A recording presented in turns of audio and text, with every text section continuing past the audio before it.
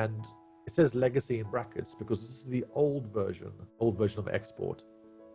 But if I zoom in, I start to have a look very often at especially high contrast areas. If you were to look at your branding guidelines, there should be a CMYK version of it. Don't take the RGB color. It's about kind of grouping them down into what's logical.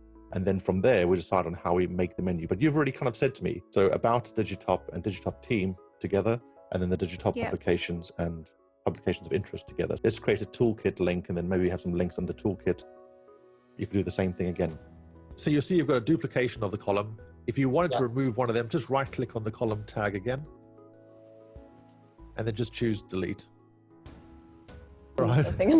Right. Thumbnail on the mask. Then when you go to the adjustments, very often you can't adjust the mask. Yeah, that was it. Was that it? Yeah. If the page content isn't changing every single time, it makes sense to use caching, because you just keep a cached version of the page. Select the text box, so just click on the text box once. Yeah. And then go to the text frame options, which is on at the bottom on the right. You don't want that to start off with. So definitely uncheck that box like you've done. Scroll to the bottom and just save the setting.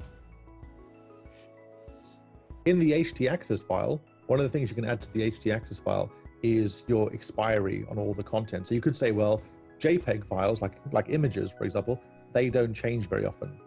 The text content might change every day, but the images might change only once a month. This animation that's been created here, it's 5 seconds in length by default. So it always creates you a 5-second animation to start. You can make it as long as you want. You can also shorten it as well. I think you'd want a catch-all form, which allowed you to get anybody the ability to choose what they wanted specifically, and then later on maybe tailor individual pages with specific forms that automatically put people into interest groups. Did that work? Yeah, there you go. Yeah. Oh, that's cool. That's really big though.